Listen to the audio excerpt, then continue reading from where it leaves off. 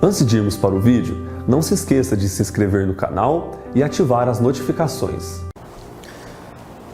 Zacarias capítulo 4.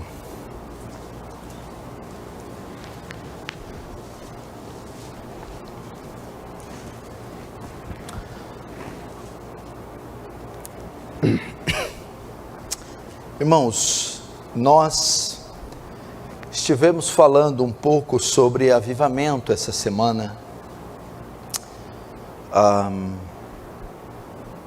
Em virtude da mensagem que foi pregada domingo, sobre avivamento, despertamento, me parece que alguns irmãos foram despertados para uma vida mais intensa, mais piedosa no Senhor.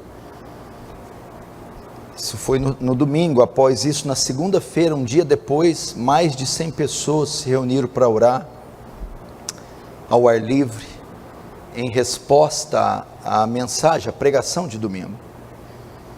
E depois a reunião de oração também recebeu um número bem maior de pessoas do que o comum, a vigília. Pessoal que assistiu pela internet lá de Burtzal, exigiu que fizesse uma vigília lá também, em razão do toque do Espírito, do impacto que foi causado.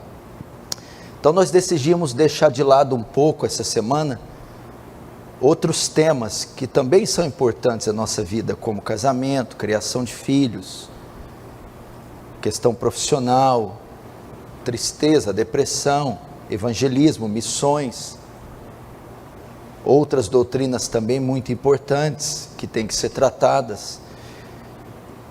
E nós, parece que o Senhor quis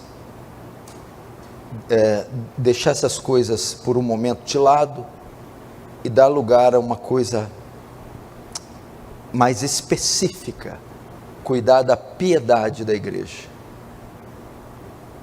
ter um povo piedoso. Eu acredito que isso é um dos maiores desejos que Deus tem para a sua igreja, ver um povo piedoso. Não é o quanto sabem sobre teologia, não é o quanto evangelizam, o quanto plantam igreja, o quanto ganham almas, o quanto trabalham, o quanto contribuem financeiramente, o quanto vêm aos cultos, mas talvez seja o quanto amam a Deus, o quanto se dedicam em buscá-lo, o quanto fogem do pecado e se santificam, o quanto obedecem à palavra. E eu queria que você entendesse isso. Eu sou muito criticado por pregar sermões assim, sermões duros, intensos, que sempre exigem do cristão o melhor dele, inclusive até por alguns dos meus discípulos. Mas você tem que entender que Deus colocou um fardo sobre mim, e eu necessito compartilhar ele com vocês. E minha intenção quando prega assim, discipula assim, é uma só: é fazer uma igreja mais bíblica, mais santa, mais pura, mais quebrantada, mais doce, que ama mais o seu Senhor, o seu Salvador, desprendida do mundo, do materialismo, da vaidade, da temporalidade que é isso aqui. Se nós soubéssemos o quanto a nossa vida é breve, nós investiríamos muito mais os nossos recursos em coisas que têm valor eterno. Há tanta gente perdida ainda para ser alcançada. Há tanto membro da nossa família que não tem nenhuma pista do que é Jesus. Há tanta corrupção nessa nação, tanto pecado, tanta orgia, para nos colocar dias de joelhos. Há tanto pecado em nós para ser vencido, confessado. Tanto. Há tanto de Deus para buscar ainda, para conhecer. Que parece que uma vida não é suficiente. É por essa razão que eu prego sermões assim, da maneira que prego. É o meu desejo de ver você um melhor cristão, um homem piedoso, que por mais que tenha talentos, recursos, seja conhecido pela piedade, pelo amor a Deus. Por essa razão falamos de avivamento.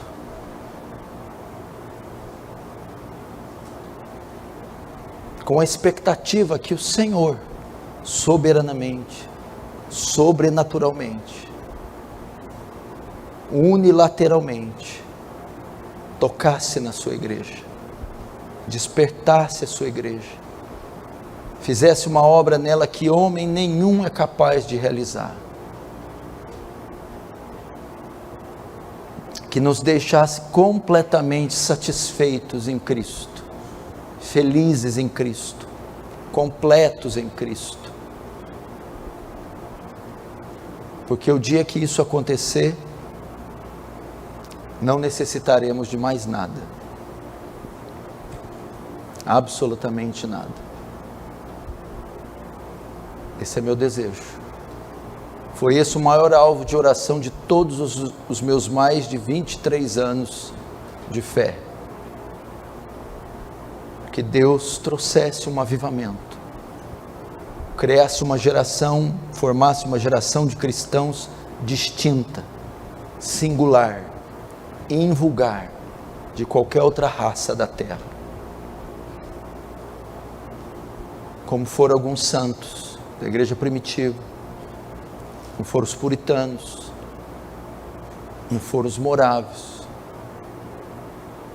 como foram os lollardos, os valdenses, pessoas que destacavam-se por sua singularidade, devoção, piedade. Eu não estou aqui para discussões teológicas bobas e estúpidas. Eu não estou aqui essa noite querendo tratar de algum capricho, de algum crente orgulhoso. Eu estou aqui para dizer que nós precisamos amar mais o Senhor. Amar o Senhor de todo o nosso coração. Eu estou aqui para fazer você parar um pouco e refletir na sua vida. Como você tem conduzido ela? Quais são os valores que regem sua vida? Onde os seus olhos estão postos? Com o que você gasta seu tempo, seu dinheiro? De que forma você usa seu corpo, sua inteligência, seus dons? Para qual reino, em qual reino você está investindo?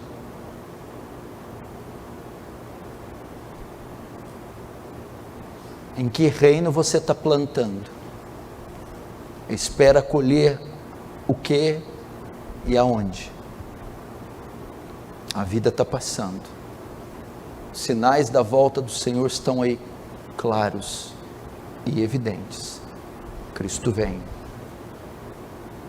A seara continua gigantesca. E continuam os ceifeiros sendo poucos. E o Senhor ainda está a dizer: por que gastai vosso dinheiro com aquilo que não é comida nem bebida?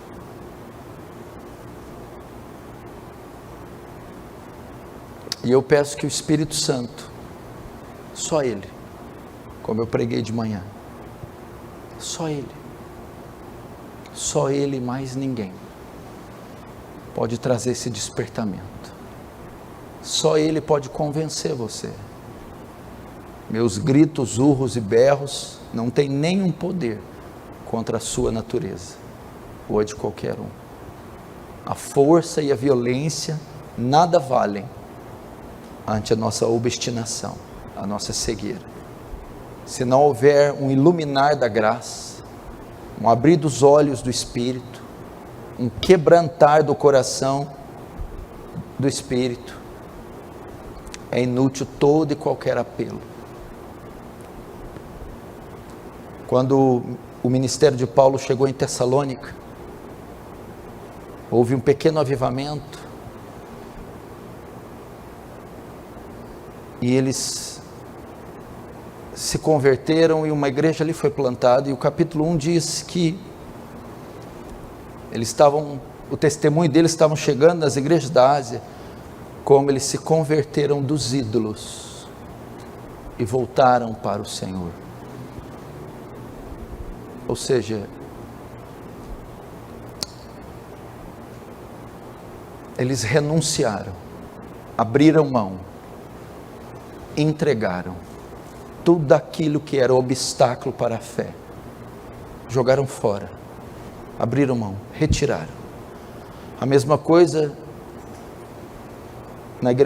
na cidade de Éfeso, do Paulo está por ali, todos começam a jogar fora, a tirar fogo, tudo que era contrário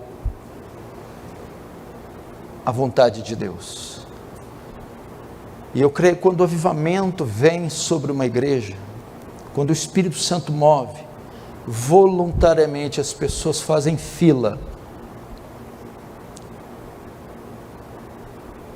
na expectativa, no anseio, no anelo, de lançar fora os seus ídolos, suas lealdades, suas vaidades, toda pedra de tropeço que se coloca entre eles e o Senhor, voluntariamente, vão tirando os penduricalhos, vão tirando os ídolos, vão tirando as pedras de tropeço, e se entregando incondicionalmente ao Senhor. Você não sabe o quão libertador, como é libertador isso. É libertador. Saber que eu não preciso ficar preso a nada nem a ninguém. E me entregar incondicionalmente ao Salvador. E dizer como Isaías, de forma despretensiosa: eis-me aqui, envia-me a mim, sou todo seu, faz o que parecer bem aos seus olhos comigo, te entrego meu corpo, minha alma, submissos e cativos à sua vontade. Estamos precisando de gente assim, cristãos assim, dedicados. Nossa geração, comparada com tantas outras, ela conta com pigmeus espirituais, anões espirituais, bebês espirituais. Nossa geração não é marcada por mártires, profetas.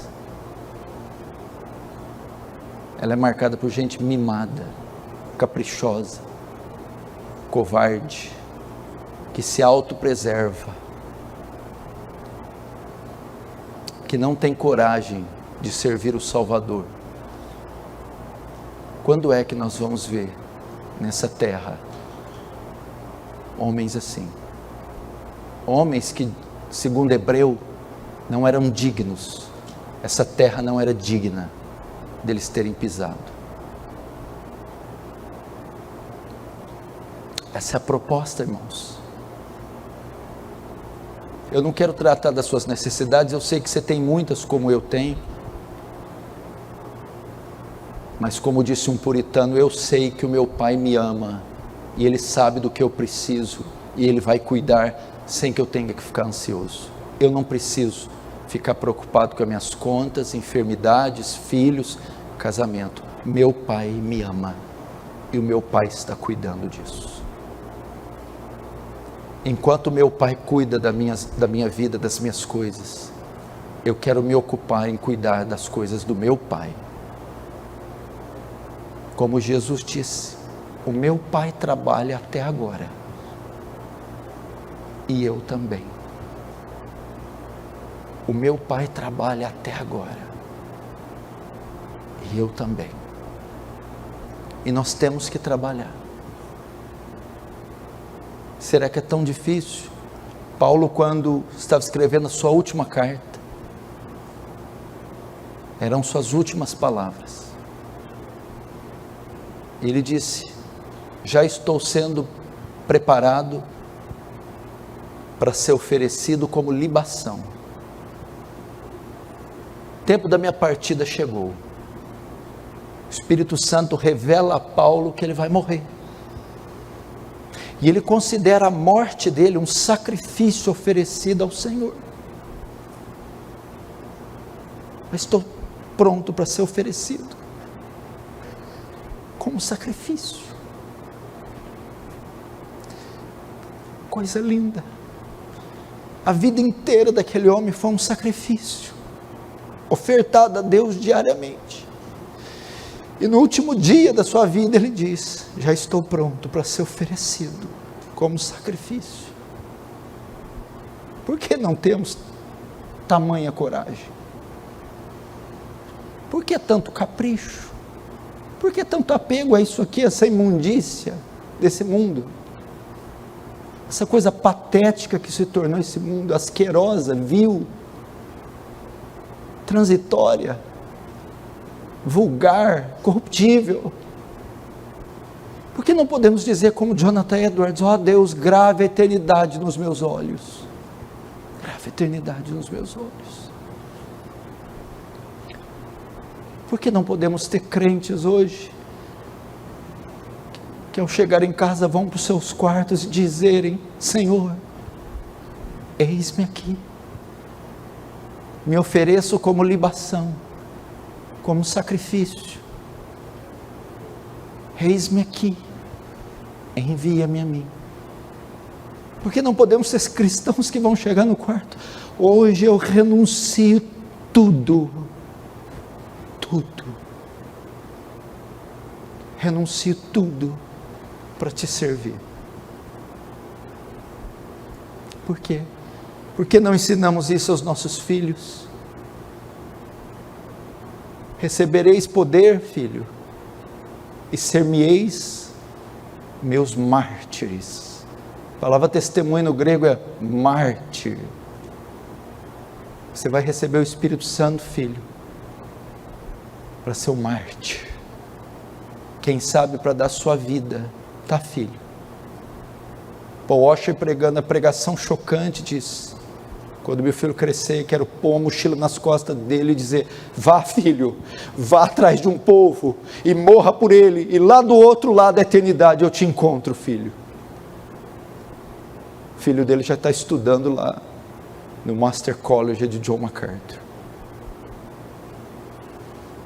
Nós não.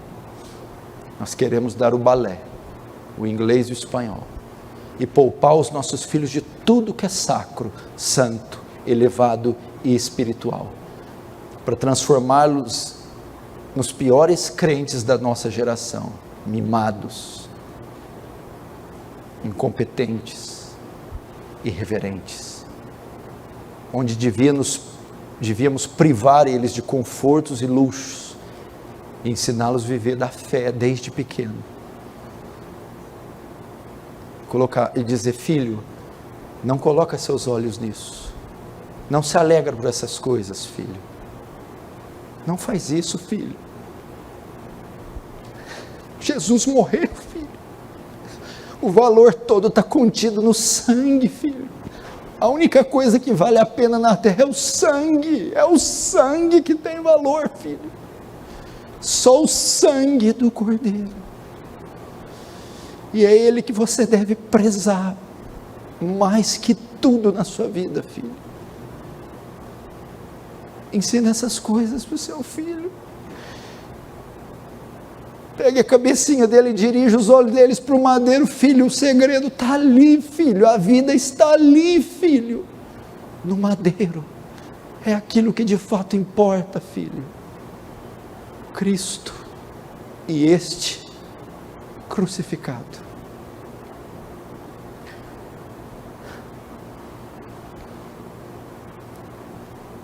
Cristo e esse crucificado. Oh, igreja, que Deus nos dê tal sentimento, Que Deus nos dê estima por Cristo, como deu a Paulo ao dizer: na verdade tenho por perda todas as coisas, pela excelência do conhecimento de Cristo Jesus. Eu conheci uma mulher, uma senhora idosa, mulher de oração, uma mulher que não se vê mais hoje, uma senhora que entrava dentro de boteco e arrastava de lá bêbado e mendigo, expulsava o demônio, dava banho, trocava de roupa e levava para a igreja.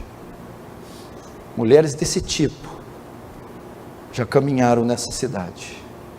E um dia ela disse para mim: Paulo, eu estou orando para Deus me conceder o estado de graça que concedeu ao apóstolo Paulo, quando ele escreveu: não sou eu que vivo, mas Cristo é que vive em mim. Eu nunca ouvi isso na vida. O que é que essa mulher está buscando? Eu estou orando para Deus me conceder o estado de graça que concedeu ao apóstolo Paulo quando ele escreveu, no momento que ele escreveu: não sou eu que vivo, mas Cristo vive em mim. Olha com que essa mulher ocupava o tempo dela. Olha com que essa mulher ocupava a vida dela. Olha qual é o desejo dessa mulher. Não é como muitos de nós. Abençoa, abre a porta, cura, livra, aqui, agora, hoje, temporal, material, financeiro, namorado, noiva, uma senhora, me concede o estado de graça.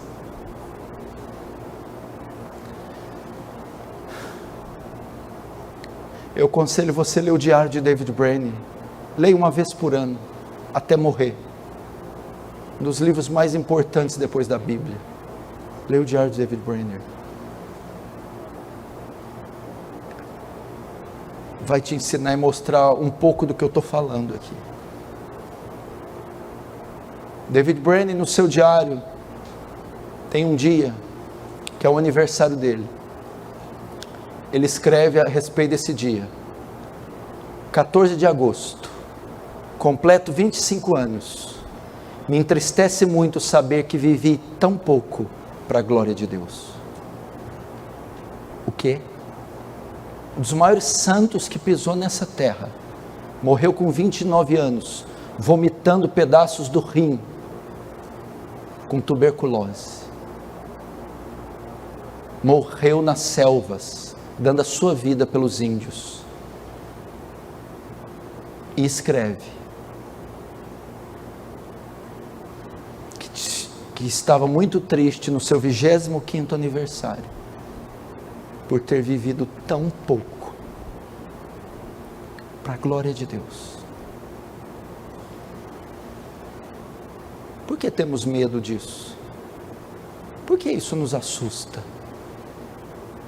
Por que isso não é o nosso deleite? Por que não aspiramos por isso de dia e de noite? Qual o problema de ser cheio de Deus? Qual o problema de amá-lo? Qual o problema de se desprender daqui e ser taxado de tudo quanto é coisa? Santarrão, fanático, louco? Qual o problema? Quando Paulo chegou em Atenas para pregar, Demétrio, Ourives, o rebuliço de Paulo foi tão grande que ele falou para as autoridades: esses homens que transtornam o mundo inteiro chegaram aqui. Ah, quem dera eu tivesse fizessem tal comentário ao meu respeito. Ou como Acabe fez a Elias: és tu perturbador em Israel? Ah, quem sabe, quem dera transtornássemos o mundo. E com o que Paulo fez isso? Paulo perdeu todos os seus direitos, todos os seus recursos. Quando ele se converteu, ele passou a ser um moribundo. Como é que ele conseguiu transtornar o mundo inteiro? Sem dinheiro, sem escolta, sem status, sem internet, sem carro, sem nenhum recurso, só com o poder do Evangelho, só com o poderoso, glorioso, santo, sacro Evangelho da graça e da glória, só com a proclamação do Evangelho, a ponto de dizer: eu não me envergonho do Evangelho, pois ele é o poder de Deus para a salvação de todo aquele que crê. Ele só tinha o Evangelho.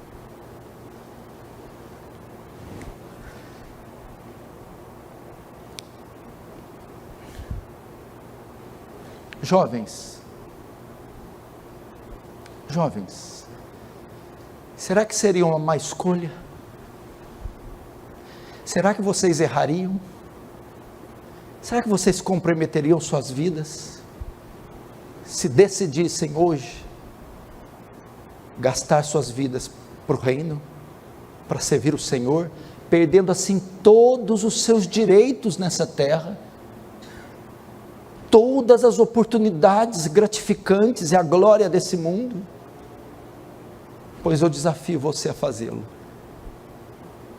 Lembra do teu Criador nos dias da tua mocidade, antes que te venham os maus dias, a velhice, os quais você diga: não tenho neles mais contentamento. Jovens, eu vos escrevi porque sois fortes, porque a palavra de Deus está em vós, e já venceste o maligno.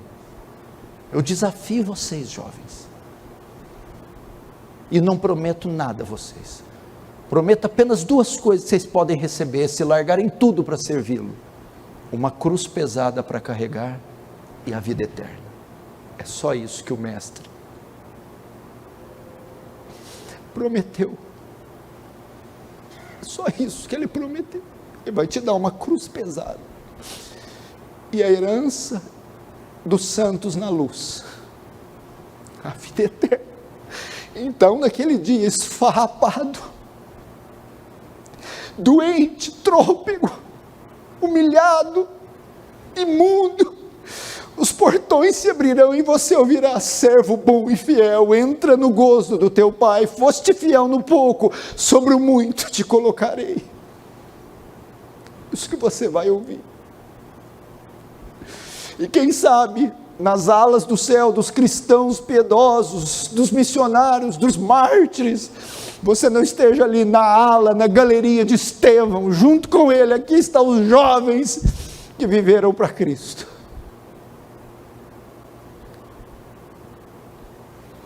Jovens moças, você já estudou a história de Perpétua, do primeiro século? Primeiro, segundo e o terceiro séculos foram marcados por intensa perseguição, martírio, Coliseu Romano. E essa foi uma das mulheres de testemunho mais piedoso que já tivemos nessa terra. Senhoras, já ouviram falar de Susana Wesley?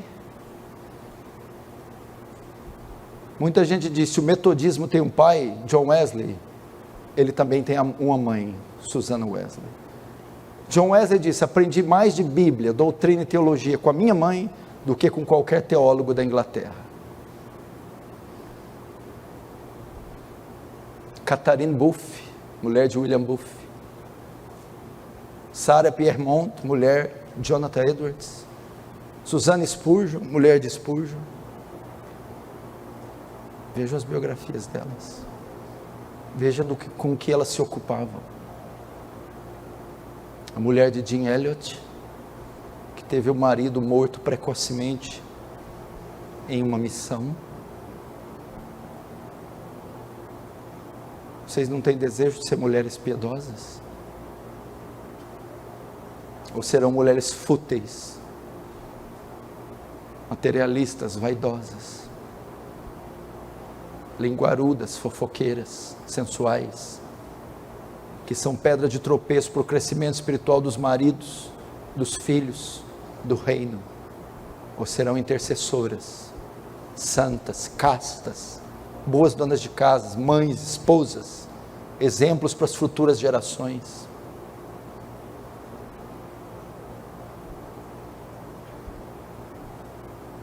Está com vocês.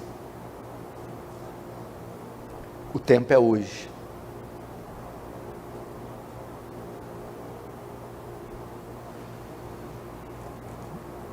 Paulo, em Romanos 13, ele faz um alerta estupendo para nós, dizendo assim: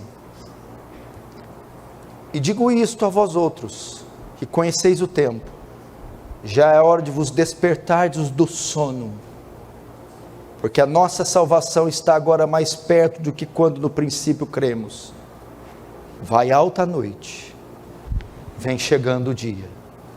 Deixemos, pois, as obras das trevas e revistamo-nos das armas da luz.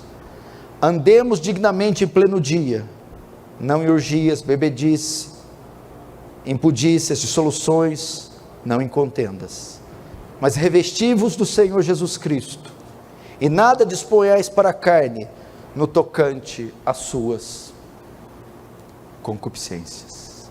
Vai alta a noite, vem chegando o dia. Isso fala tanto da volta de Jesus, quanto da morte. O Senhor está nos alertando, temos pouco tempo. Temos pouco tempo. O Dr. Joel Bick foi sequestrado há muitos anos atrás. Foi sequestrado e correu risco de vida ou de morte. Então ele orou enquanto estava sendo sequestrado: Senhor, se o Senhor me livrar, viverei para o Senhor de uma forma tão intensa como nunca vivi até hoje. Olha o voto que esse homem fez, já sendo o homem que ele era. Então o Senhor o livrou das mãos dos sequestradores. E nós temos conhecido um pouco da vida desse homem. Ele é simplesmente uma máquina de servir o reino de Deus. Ele passa o dia inteiro escrevendo, pregando, licionando, aconselhando, orando, ministrando intensamente, e o fará até o fim da sua vida. Por quê? Porque vai alta a noite, vai alto o dia, vai alta a noite e vem chegando o dia.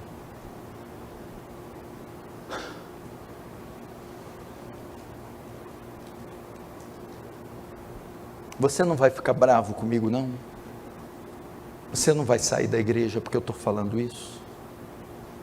Você não vai endurecer o coração para mim só porque eu quero você mais santo, mais bíblico? Você não vai me julgar por causa disso, não?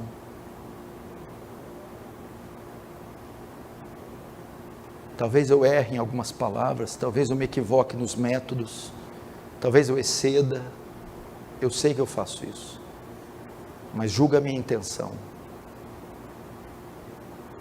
Pare de tratar o seu marido assim. Para hoje. Renuncia hoje isso. Por favor. Chega. Para de tratar sua esposa assim. Chega.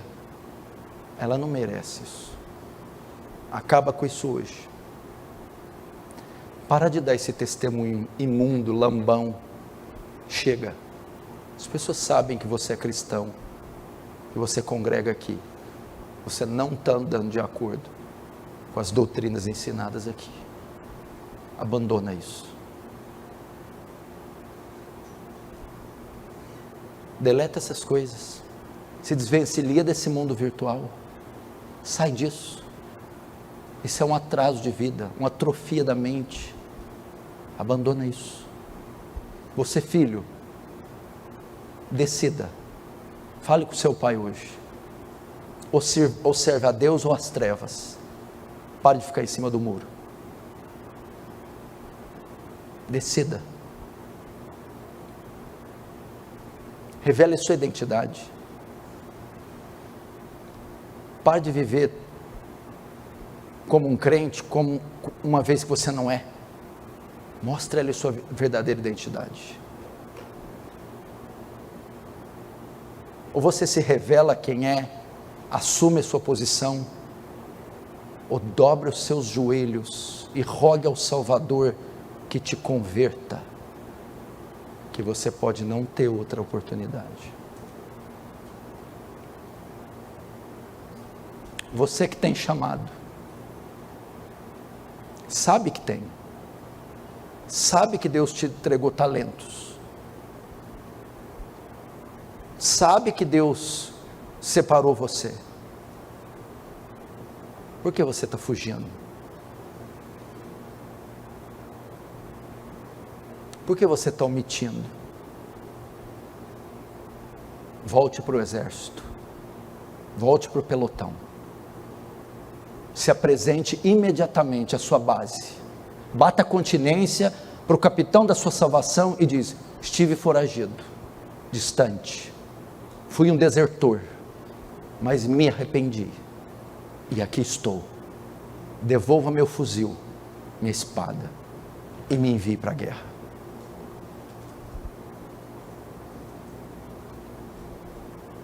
Me envie para a guerra. Dá tempo ainda de lutar? Algum inimigo ainda? Dá tempo. Tem muito o que fazer. Talvez você não é o obreiro que trabalhou o dia inteiro, nem o que trabalhou o meio período. Você é o obreiro da última hora. Vá lá. Vá lá que você vai receber o salário integral.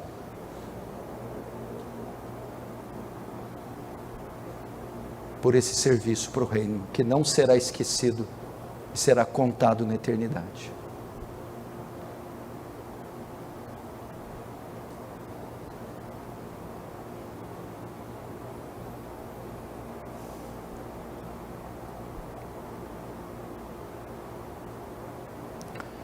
Palavra para nós essa noite, irmãos.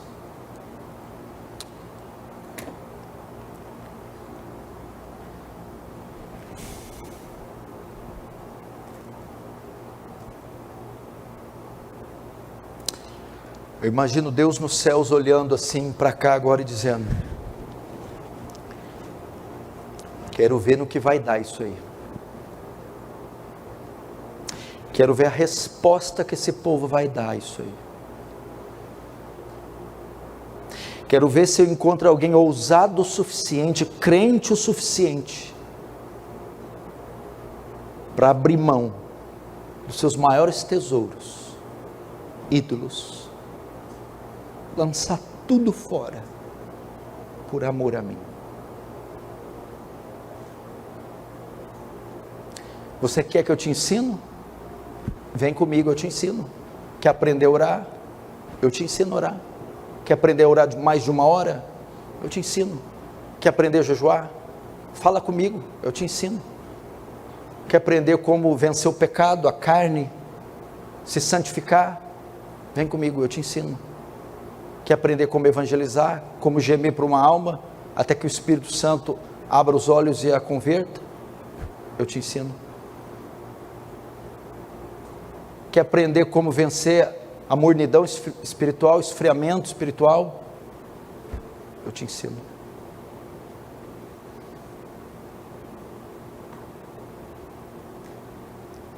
Quer começar isso? Não sei se você sabe, amanhã é feriado, dia 12 de outubro, eu separei para passar o dia em jejum com a igreja, das 8 da manhã às 4 da tarde, amanhã. Vem amanhã, só com água na barriga, uma Bíblia, papel e caneta. Vem, vamos passar o dia aqui com Deus, fazendo devocional, orando, vamos assistir vídeo de pregação, ministração. Está com fome? Está sofrendo inanição espiritual? Está em fase terminal? Está respirando por aparelhos? Está quase morrendo? Amanhã vai ter um banquete aqui. Amanhã vamos ter aparelho de última geração para resgatar qualquer morto espiritual, para saciar qualquer faminto, fartar qualquer faminto, saciar qualquer sedento. Vem. Com que garantia você me diz isso? Com a garantia do Senhor dos Exércitos, o Deus de Israel, o guarda da igreja, o soberano das nações, o que é onipotente, onipresente, onisciente, que tudo sabe, tudo pode, tudo conhece, estará presente aqui entre o seu povo. É nessa autoridade que eu falo.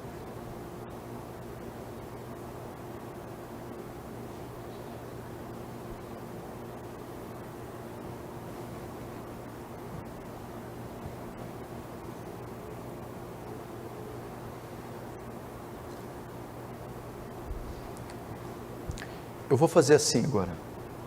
Esse teclado vai tocar. Você não vai orar agora. Eu vou terminar falando mais um pouquinho e nós vamos orar. Agora você que está me vendo também pela internet, sentado onde você está, com silêncio sepulcral, se você puder, você vai meditar. Você vai fazer como Jesus fez quando pronunciou a parábola da torre. Você vai calcular, refletir, meditar, pensar. O Espírito Santo trará toda a sua vida na sua mente como um flash. E juntamente com o que foi pregado, pense, ore em espírito e pense. Eu já volto.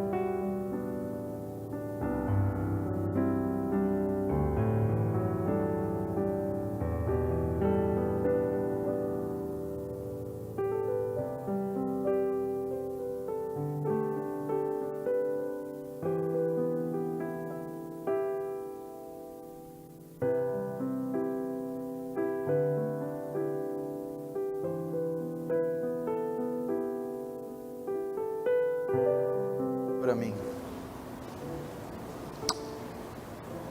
talvez a sua dúvida seja, quando Pedro pregou o seu primeiro sermão em Atos 2, a Bíblia diz que o coração da multidão se compungiu, e eles perguntaram: o que faremos? O que faremos, Pedro? Pedro faz aquele discurso extenso, aquela pregação cristocêntrica, cheio, inundado pelo poder do Espírito Santo, e aquelas palavras perfuram o coração, estraçalham, esmagam, esmiuçam o coração da multidão de tal forma que eles não sabem o que fazer. E agora? Depois dessa bomba que o Senhor detonou aqui, o que eu faço? O que fazer? Qual atitude?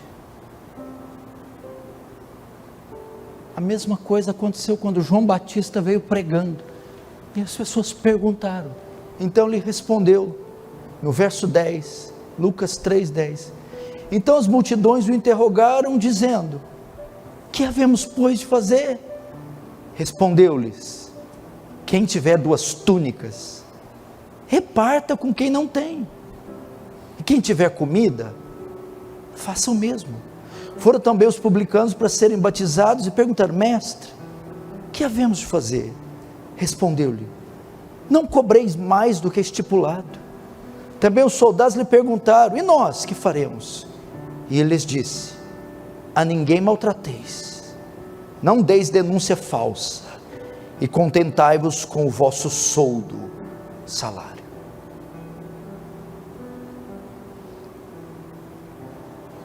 A pregação, a ação do Espírito Santo, não pode ser respondida só com emoções, só com lágrimas. Aqui está uma evidência disso. O que eu tenho que fazer depois de um sermão desse? Atitudes. Abre teu armário e diz: meu Deus, para que tanta roupa? O que eu vou fazer com isso? Meu Deus do céu, pega metade disso e dá para os irmãos pobres.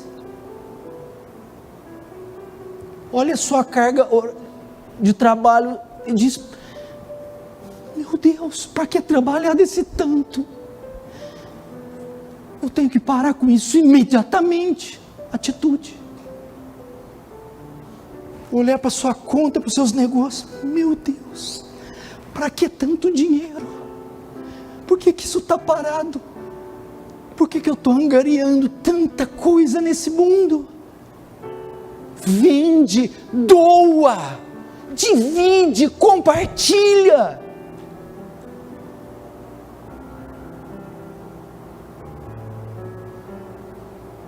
É olhar para suas mídias sociais: por que eu estou envolvido com tudo isso? Por que eu estou assinando tudo quanto é canal, tudo quanto é grupo, e tenho minha foto tudo quanto é lugar? Deleta tudo isso. É isso que João Batista está dizendo. É bater na casa daquela mãe, daquele pai, filho, daquele irmão em Cristo que se ofendeu, dizer: mãe, me perdoa, mãe, me perdoa, e abraça ela: mãe, me perdoa, por favor, me perdoa, mãe. O que eu estou fazendo? É o marido fazer o mesmo para a esposa o mesmo para o marido, os irmãos, os bloqueios: me perdoa, eu te ofendi tanto, eu te entristeci tanto, eu pequei tanto contra você, me perdoa. É isso que Deus espera. Deus espera isso. O que eu estou fazendo da minha vida? Por que eu fui apegado tanto tempo nisso? Irmãos, eu conheço muitos de vocês, eu sei que tem maldade no coração de vocês. Alguns de vocês podem não expressar com atos, mas vocês já julgaram muito pessoas, já usaram a língua para ferir muita gente, já condenaram muitas pessoas com os olhos. Rancor, ressentimento, inveja. É o dia de dizer: meu Deus, me perdoa, me perdoa, Senhor, me perdoa, me perdoa. Você não pode ir embora daqui com essa pendência. Não fique com medo, meu irmão, de se entregar ao Salvador. Não fique com medo, meu irmão. Eu garanto a você, você não ficará na mão por se entregar ao Salvador. O que faremos? Quem tem 2 túnicas, reparta com quem não tem. Quem tem comida, faça o mesmo. Não cobrem mais do que devem, não manipulem papéis, não façam sujeira. Dá a César o que é de César.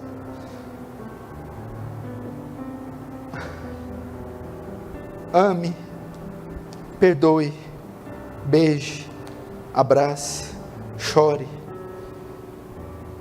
Mude radicalmente de vida. Mude radicalmente. Nossos olhos estão muito secos, igreja. A última vez que nós choramos pelo pecado, pelo nosso pecado, a última vez que nós deixamos tudo de lado e dissemos: agora é só eu e o Senhor, e fizemos como o filho pródigo: pai, eu pequei. Quando Davi foi repreendido por Natã, ele pecou contra Batseba e Urias, mas ele diz: pequei contra o céu. Pequei contra o Senhor, pequei contra o Senhor. Não tem ninguém mais ofendido com o nosso pecado do que o Senhor. Quanta chaga nós acrescentamos àquela cruz, a cruz já foi tão pesada. Quanta chaga. Então é noite para isso. O que faremos, pastor? Eu, você, nós saberemos se o que está acontecendo nessa igreja é real ou não, bíblico ou não, causado pelo Espírito Santo ou não, se vai ter efeito ou não, se houver atitudes. Caso contrário, foi mais um culto onde as emoções foram mexidas. Se nós não tivermos a ousadia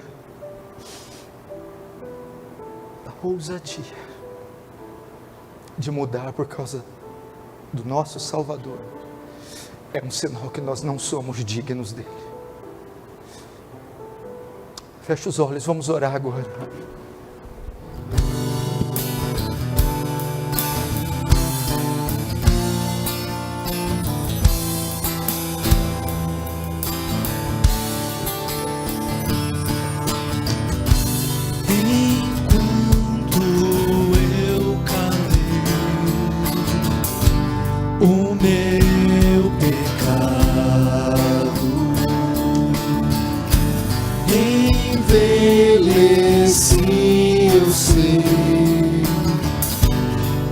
Tão cansado,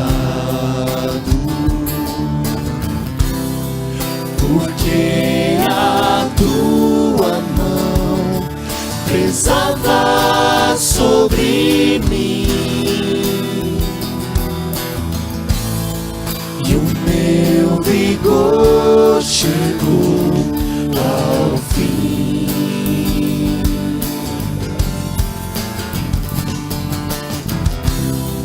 O meu pecado, então, eu não mais ocultei do meu Senhor irei.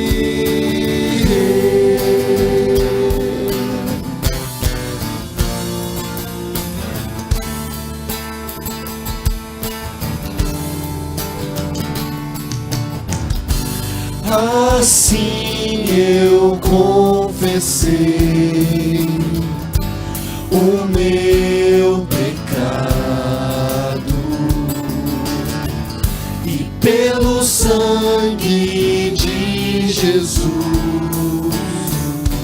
eu fui lavado,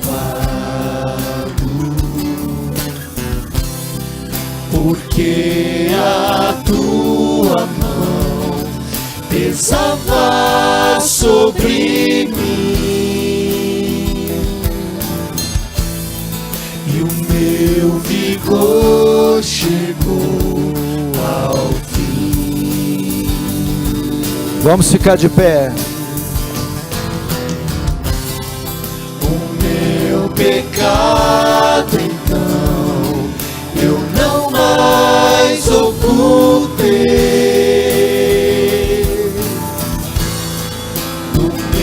Senhor. Vamos cantar do início enquanto calei. Enquanto eu calei o meu pecado, envelheci, eu sei, de tão cansado, porque a tua mão pesava sobre mim, e o meu vigor chegou